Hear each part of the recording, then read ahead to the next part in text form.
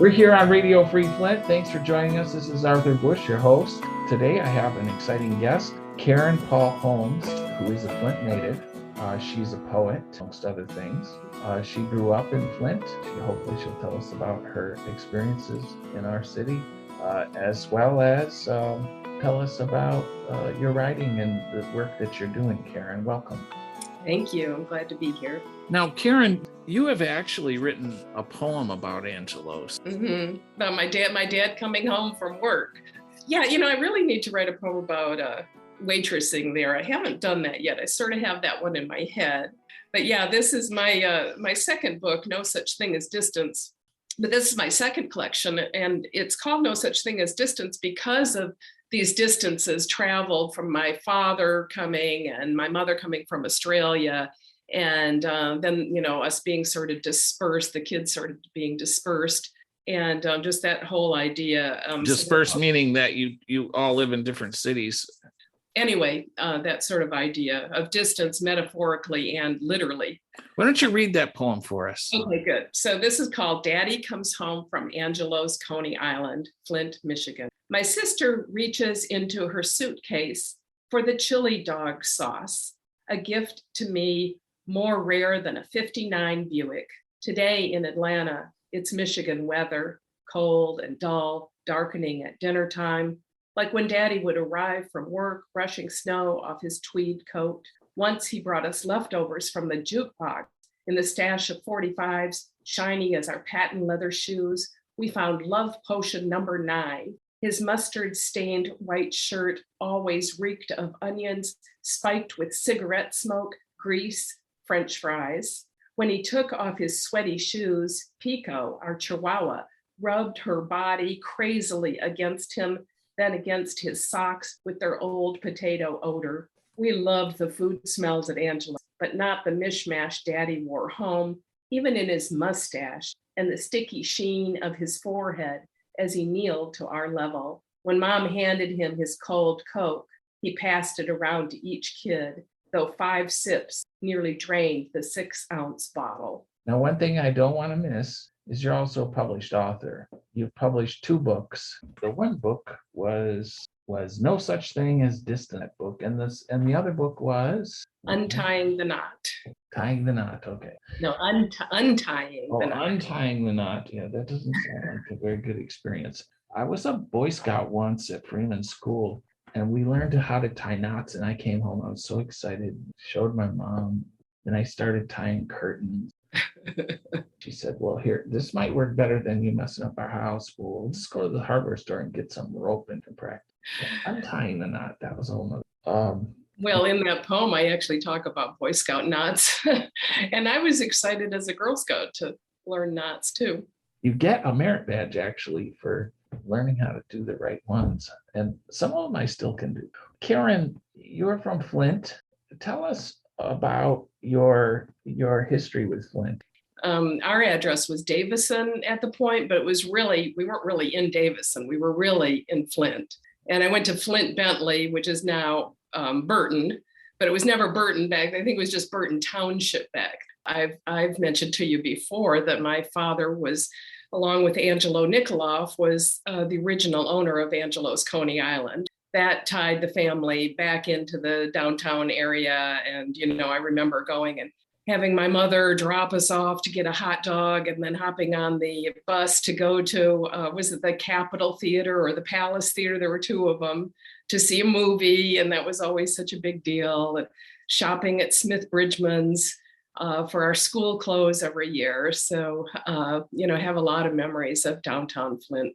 And your family having a connection to Angelo's Coney Island, which is really was quite an institution in the Flint area. You also, I think, mentioned to me before we got started that you work there. Yes. What was it like to work in that zoo? I always call it the trial by fire, especially for your first job. And I don't know, actually, it may not have been my first job because I was a cashier at a place for a while, but waitressing there. And I did not get any special treatment as the owner's daughter. We worked hard. And, it was usually summers. I'm not sure if I worked weekends when I was in school or not, but I worked, I think, 2 summers when I was still in high school. And man, at lunch, the crowds from AC and other factories, they'd be lining the aisles. And if you remember Angelo's, it was kind of long and skinny. And so to get anywhere, you had to go down that central aisle, and you'd be carrying, how the waitresses would carry hot dogs and plates of food up their arms. I learned to do that. You'd be navigating through this crowd and people would be saying, waitress, waitress. And it was just really hard. And I remember one Saturday morning, the breakfast crowd was really, really heavy on a Saturday morning. And I had this big table in the back. I think there was only really one big round table, probably 6 or 8 people sitting at it, and they all ordered different kinds of eggs. And it was really hard to get egg orders out of the kitchen on a Saturday when they were busy. So I finally get them, and I have this huge tray. I'm carrying them all. It was like my second or third day of work, and I dropped the tray just before I got to the table. Oh, no. And I just went in the back and cried and cried. And people were like, you got to get back on that horse, get back out there. When I was growing up and I went into that crazy place, people were screaming all the time. I couldn't understand how does that not get mixed up? I mean, how do they hear all those instructions? Those orders, it's so much. Do you remember Saturday Night Live where they would do that? Hamburger, hamburger, hamburger. It was like that. I mean, we'd shout out the orders. You had to learn how to do that. You had to learn the lingo. Like 1 up was a hot dog, and 1 up without was a hot dog without onions. I don't know. I really don't know how the people at the grill kept those straight, but somehow they did. I mean, they rarely messed up orders. There wasn't an animosity that I felt between the waitresses and the people on the grill, because everybody was just working so hard and hustling. And, there weren't a lot of mistakes made that I remember. There's a lot of secrets in that business. And one of those is the recipe, which seems to have come unlocked here in more modern times. Is how I met you, was through the podcast about the book that was written by Dave Liskey about the Flint Coney Island. Right. He, of course, claims to have a recipe. And what I learned from it was that each restaurant had its own recipe, pretty much. They had their own, maybe it's like a painter. They all have different styles, different colors they like. Is that pretty much the way it is? Or does Angelo's, obviously everybody calls it Angelo's, even if it's not really an Angelo's thing, just it's kind of become sort of generic with what a Coney Island is in Flint. Is that true? We growing up, we only really ate at Angelo's. So I didn't have a basis of comparison, as the time went by and, Angelo's was either between owners or it didn't taste quite the same, or although before it closed, I think it did taste the same as what I remember, but we would go to some of the other ones. In fact, my sisters just the other day went to Starlight and they said the Coneys were really good.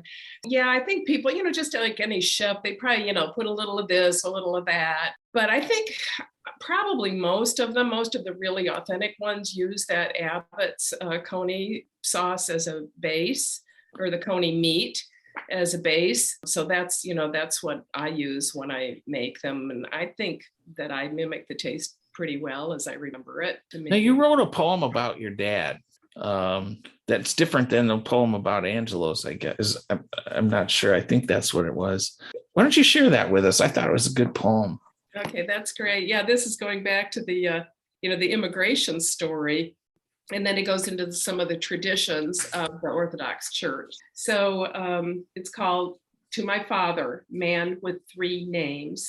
Greece took your village of Bouf in 1912, forced Macedonians to speak Greek to change their names, yours from Constantine Papazov to Costa Papas. You left for the New World, a teenager with your father, but not your mother. Never saw her again until someone sent a picture of her in a coffin. In 27, Ellis Island declared you Karl Paul. Your people clustered in Michigan, formed Orthodox churches. We celebrated name days. May your name last forever. And on Easter, dyed eggs red for his blood, shouted, Christos Voskrese, Christ is risen. You walked me to that gilded altar. I took my husband's name, practiced my new signature over and over. But Dad, I want you to know your granddaughter embraces her 1/4 you, now goes by Katya instead of Catherine. Remember Father Raphael baptizing a new servant of God, tiny and naked, anointed with oil, immersed in the font. She came up laughing. Before she matured, we buried you. Once again, Constantine held candles for you, sang Veshnaya, memory eternal, incense rising. We still make quiche like Zelnik, still dance the Macedonia and Payadushko at church picnics with 8 to 80-year-olds. Katya and I feel the Balkan rhythms in our blood. When the clarinet wails, we know the tempo is about to double. Excellent. Thank Very you. good. So what's the story about how Angelo's got started? What's the backstory on that? Well, I know that my father, he came to this country in 1930. He was born in Macedonia. Well, it was Greece at the time, but the Macedonians still called it Macedonia. He was born in 1911, so he came when he was 19 with his father. And I know he lived in Ann Arbor for a while. He was trained as a tailor. But at some point he came to Flint and he worked at the Flint Coney Island, which I think, if I'm remembering correctly from Dave's book, and if I remember my history correctly, I think that was really the first one started by Simeon Branoff. And he's a relative, these Branoffs and Browns, and they're all relatives. My father's name was Papazov before he came to Ellis Island and changed it to Karl Paul. His name was Constantine Papazov. So the Macedonians all knew each other. And, they congregated in Flint and some of the other cities nearby. I don't know exactly the story of Angelo wanting to start the restaurant, but sort of what I've heard, and, I could be really wrong, so I wouldn't repeat this, but that Angelo had this idea. And then my father was a really good businessman. So not to say Angelo wasn't, but I think my father was the one who really had the business sense. You know how one person is more creative and one person is more business oriented. I think that my father brought that to the table. So he and Angelo started this, and the book even talks about what year. I can't even remember what year it was actually. I think it was after the war, because he had met my mother stationed in Australia when he was in the new US Navy, and she came after the war and they got married. And at that point, he was working at a place, I think it was called the Lincoln Dairy Bar. Does that sound familiar to you at all? Well, there was the home dairy was downtown in Flint. Yeah. But I don't know about the Lincoln Dairy Bar. This had a dairy bar in its name. Anyway, I think that's where he was working when they first got married. And then, so I'm not quite sure the order. I have to ask my older. In downtown Flint, there was the home dairy, because my sister was a waitress there at one time. And so that has long since knocked over. And so that's that. But I was just curious on how and why it ended up on the east side of Flint, because it seemed like such a peculiar location. But it was strategically located, now that I think about it. Yeah, down the street from AC, and AC was a huge customer. They'd get these huge takeout orders, in addition, to being so busy anyway. So what was it like growing up in a family of immigrants? Flint, we don't really stop to think about its immigrant history and its rich history of immigrants. People, the original Flintstones were Native American pretty much, because everybody else came from someplace else. And when Buick started that, and Chevrolet and General Motors, they were all from around Eastern Europe and from the South and so on. But you have a specific region of the world, and the culture is different and beautiful. Tell us about that. I think one of the reasons they came to Michigan was the climate was somewhat similar. They were most of the Macedonians were from a small village called Bouf, which was, if not in the mountains were there. And, this country is now called North Macedonia, by the way. It became a country again. So I think maybe the climate was similar. My father always loved the cherry trees in the Traverse City area because they reminded him of his childhood. You write poems and read them. We'll give you an opportunity to read one, explain what it is and all that. Oh, thank you so much. I love sharing my poems. They're kind of meant to be heard out loud. So this one is about partly anyway, about going to the Great Lakes on vacation in the summer. So a lot of people from Michigan and the surrounding areas will relate to that. Loaded. The crepe myrtles are loaded. That's what Father would have said, only he'd be describing cherry trees when their near breaking boughs begged pickers for relief. Every July on our vacation, he craved the sweet, dark fruit from his old country childhood. He'd stop at roadside stands, then spit the pits out the car window. We called him Daddy Cherry Seed, figuring he'd planted half the orchards in Grand Traverse County. Sometimes he'd cut the engine, glide in neutral down those northern Michigan hills, thrilling us, flatlanders who believed the Buick was driving itself. 4 flip-flopped kids squirmed in the back seat, and one scrunched between parents.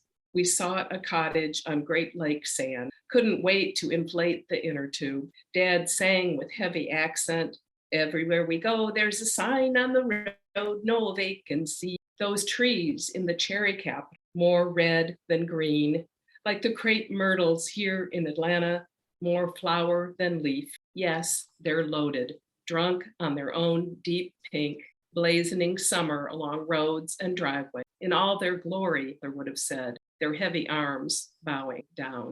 So I guess how immigrants will congregate in a place. One comes and then the relatives come and then more come. And I guess that's just what happened with the Macedonians in Flint. I know there's a lot of Macedonians in Toledo and Toronto also. And there are Greeks. Our church was officially called a Russian Orthodox church, but you were Ukrainians, Russians, Serbians, Macedonians, that all of those. There were a lot of Eastern Europeans in the church, which is now located, I believe, on Center Road in the Flint area. Yes, it is. Yeah. Where was it located when you were growing up? I wish I could remember the streets, but it was downtown and it was in a beautiful, really beautiful old building. And it may have even been an old house that they, added the Russian Orthodox dome to, but it was really cool. And I remember we were excited as kids to move into the new building, but we also really missed the character of that beautiful old building. And we had this Russian Orthodox priest. He was from Russia. He had been trained as an opera singer. He had this beautiful voice, and the service is sung. And he was just this really cool old man. He would smoke, drink his whiskey, and he was kind-hearted and wonderful. Would smoke and drink whiskey while the service was going on? No. Oh, okay. At the weddings or, I see. Now, it's your home. I mean, you were making food for everybody 24/7 at that place. Exactly. Yeah. So I imagine it was hard for your parents to say, okay, there's going to be some space between this restaurant and my family. Yeah, my father worked practically 24/7. And, the best memories I have of my dad are every year in the summer, we would go to one of the Great Lakes. He started out at Huron, ended up going to Michigan in later years for 3 weeks. And we had my dad for 3 weeks. That was like an amazing experience because he just wasn't home very often. I always wondered, because in talking to some of the owners around the Flint area, of these Coney Islands over the years, I asked them, do you eat Coney Islands? And I don't think any of them do. I don't think it's part. I think a lot of Flint people think this is just part of Macedonian culture, but I don't think that's true. Is it? Well, I mean, we ate them. And I love the hamburgers too. Sometimes I wasn't sure whether to order a hamburger or a Coney because I really loved their hamburgers too. They were fabulous quality. I could still taste them. They were so good. But it was interesting because if my mom didn't feel like cooking, and, she was the typical 1950s, 60s, 70s mother who cooked, every meal, pretty much. But if she didn't feel like cooking, we'd go, and sometimes we'd go into the restaurant. Sometimes we do takeout. She would always insist on paying because she didn't want anybody to think we were taking advantage of my father's ownership, because he had partners, after he and Angelo were together, they eventually brought in partners. But then they would always say, no, you can't pay. And, they'd always go through that. Given the popularity of the Flint Coney Island, people all over the country, still remember it, still want it, still send for used to send for the Coney sauce and the Frankfurters to be sent out to them. So it did become a phenomenon. Right. So you didn't come home for like Sunday dinner and have Coney's 2 up or whatever. That wasn't kind of your home fare, though. No, my mom, she grew up in Australia with a Russian father and an Irish mother, and she loved lamb, and the Macedonians love lamb. So we would often have roast lamb, especially like for our Easter dinner. But, she would make the roasts and the potatoes and gravy, and, the casseroles in those days were popular. And, she cooked all the time. I mean, we always had meals together. My dad would usually be home by supper time, and we'd wait for him to come home. And then, we had 5 kids and 2 adults around not a very big table in the kitchen, and we'd have these meals together. He loved his Coke. He was addicted to Coca-Cola from working at that restaurant. You wrote this book called Distance. Tell us about that book. Okay, well, it is a collection of poems, and I almost always write autobiographical poems. So there's memories, there's, observations of nature. There's talking about moving from Michigan to the South and traveling to other places. So there's some travel poems, there are family memory poems.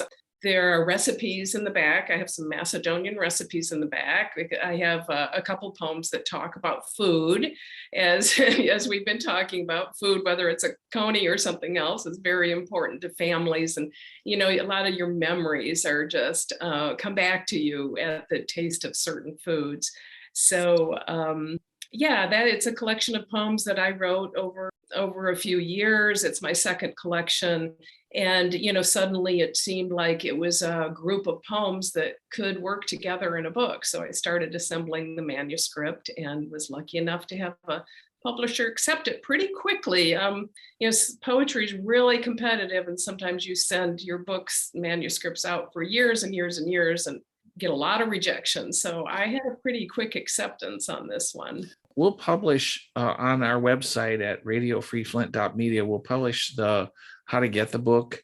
We'll also publish that poem. If, with your permission, we'll put it on the website so people can read it and follow it.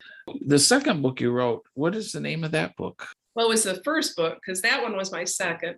Yeah, the first book was Untying the Knot. So it was a story of my divorce. I had a really painful divorce after being married for more than 30 years. And my husband sort of suddenly left for another woman. And so I started writing in my journal. You and I were talking earlier about how it helps you process grief to write. And I started writing in my journal, and then started writing poems from that journal. Contrary to popular belief, for some people, poems don't just pop out of you, or if they do, they're not very good at first, and you spend a lot of time editing them. And I had so many poems that after probably a year, I thought, wow, this could be a book. And I started putting them together and culling out poems I didn't like.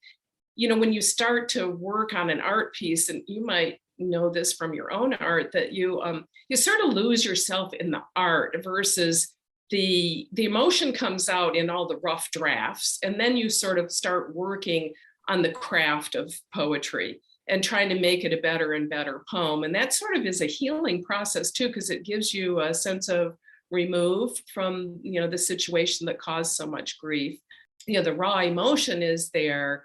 And yet I hope I've turned them into good poems. And some of them are funny, how with grieving, people laugh at funerals. So some of them are very sad. Some of them are mad. Some of them are funny. And I tried to sort of, intersperse that through there, because I thought, gee, just these horrible divorce poems, like nobody would want to read that. But it's funny because people relate to it. Huge percentage of the population has been divorced and betrayed. And people have told me that they really relate to them here. Karen, your background is very interesting. You were in communications and you left that. And now you were with a big company, a financial services company, and now you're doing business writing. Yes. And what does that involve? I write copy for websites. I ghostwrite articles for company executives, articles that would go in industry publications. I help with slogans and advertisement copy, sort of anything that has to do with writing, mainly from a marketing perspective. Sometimes I'll help with employee communication or stockholder type communication, but usually it's marketing. So, I think I learned long ago, I was an editor of my high school yearbook, for example, to really think about how each word matters, especially if you have a small space to put it in. And so poems, are a small space. What high school did you go to? Flint Bentley. Oh, yeah. Okay. Well, how did you get into this poetry business anyway? I mean, it seems to be your passion, but tell us how you got into poetry and why it's important to you. Well, it's so interesting because I remember loving it in school in 8th grade. I think I won some little contest for a poem. And, in 12th grade, I had a wonderful English teacher. And so I developed this love of reading and writing. But I wrote a lot of poems and just stuck them in a notebook. And at University of Michigan, I took one poetry class. I was actually a music major. I played the French horn, and I was a music history major. I have a master's degree, but I always loved writing. In fact, when I put my application down for University of Michigan, I was like, music or major in English, music or English. So, the music business is really hard. French horn is very hard and competitive. And so I sort of moved into my second love as a career and started doing various marketing type activities that had to do with writing. So for a long time, I was very happy doing this business style writing because it was still writing, it was still creative. Something put a spark in me and I started writing poetry more and more seriously. I guess that was 12 years ago, maybe. I took a workshop. I joined a poetry community, both in the mountains where I have a cabin and in Atlanta. And then, I realized, okay, I've been writing so much of my career, but it's poetry that really just gets the juices going. Like you said, You hold workshops and things of this nature, right? Yes. What is it exactly that poetry does for you? Well, for me, it's so hard to describe, but that feeling of when a piece of art will just strike you, it'll either gives you some shivers or tears or laughter or, an aha moment, like, oh, that poet feels exactly like I feel, or that metaphor, I never thought of describing something that way, but that's so perfect. So reading poetry, I love that. And then writing it, that's what I strive for. I'm not really into poetry that's abstract, that's popular. And I think some people get turned off by poetry because they're like, oh, I don't understand it. So I like poems that I can understand. Even if not every detail about the poem is understandable, there's got to be some sort of a connection for me, like I often go back to my background at Freeman Elementary School on Ogama Street or Ogama Avenue in Flint, Michigan. And my first introduction to poetry was E.E. Cummings. I think it was in, 5th, 6th grade. He capitalized things wrong and he didn't make whole sentences and he kind of broke all the rules. Exactly. And I was impressed by the fact he could get away with it. And he was interesting. Is that what poetry does for you? It gives you a freedom outside of the proper English language. I mean, we wouldn't put this kind of language in a legal brief to a judge. They'd go nuts. Exactly. Yeah, I think a lot of kids really like E.E. Cummings, and I think it's sort of like you think of Picasso, how he actually could draw and paint things that look very realistic. He learned the rules, but then he broke them. And so I think that's, the way it is. And I'm kind of a grammar Nazi, so I'm pretty picky about grammar in the poems that I write. I don't mind it in other poems as long as I can understand it. So I think that's the whole thing about the way a poem appears on the page, the line breaks, the capitalizations, whether they use periods or commas, and stanza breaks. To me, it's all a matter of helping the reader navigate through the poem the way you want the reader to. Yeah, you can break rules as long as they make sense for the poem and they work for the poem. How has poetry changed your life? Good question. I would say, like I said a minute ago, that it's like I found my passion. It sort of lit me up in a way that I hadn't been lit up before. I had been partially lit, but then, this bonfire started.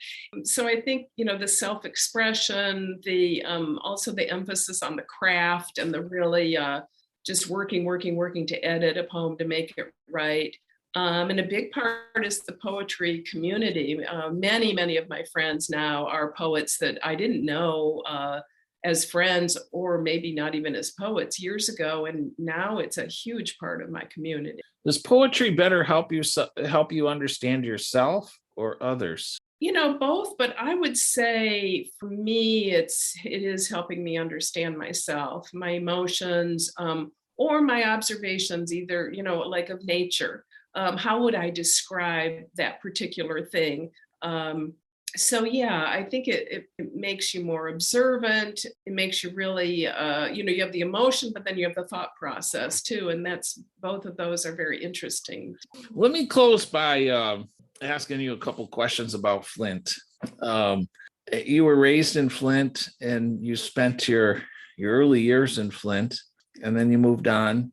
But what I want to know is, and we've asked this of a lot of guests, how has Flint shaped you? What was it about Flint? What was it in Flint that made you who you are today?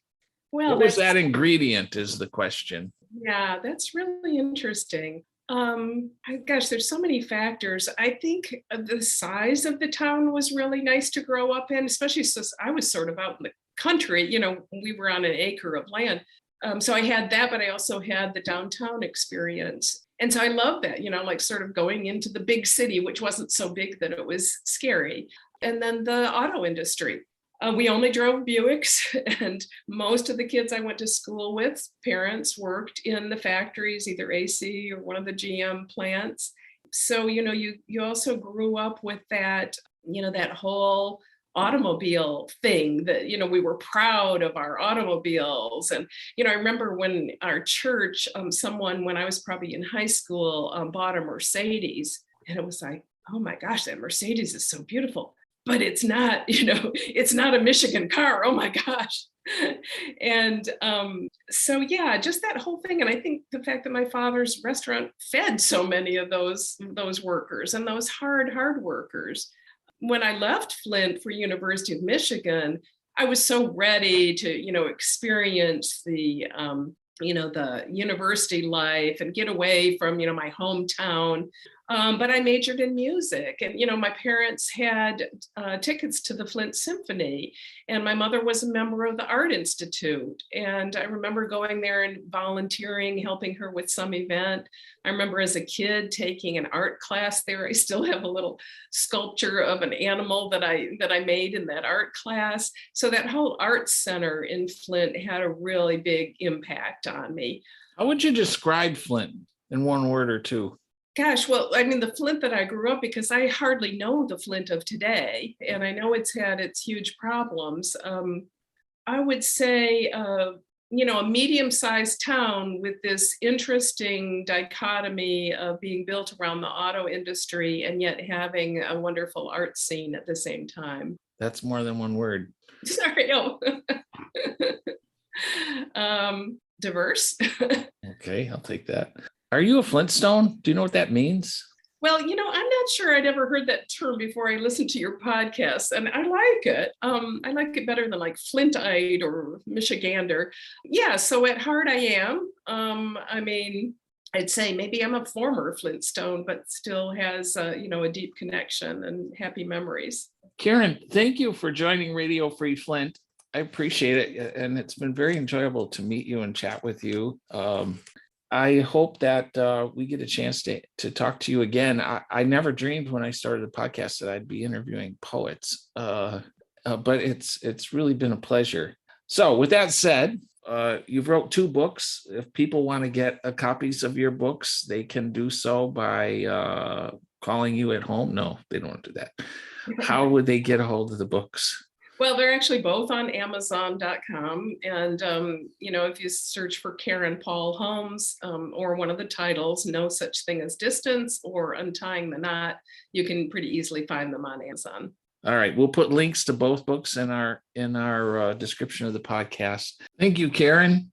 I hope to see you again. Thank you. I'm really glad we met and that we did this. And thank you for letting me share my homes and my story. So I'll leave you with a few seconds here of what's Lake Michigan's all about, which is the lake. And I'll leave you like Charles Kuralt. Some of you might be a little bit too young for Charles, but he used to do a segment where he left the sound of the sea, the sound of Lake Michigan. Take care. Bye-bye.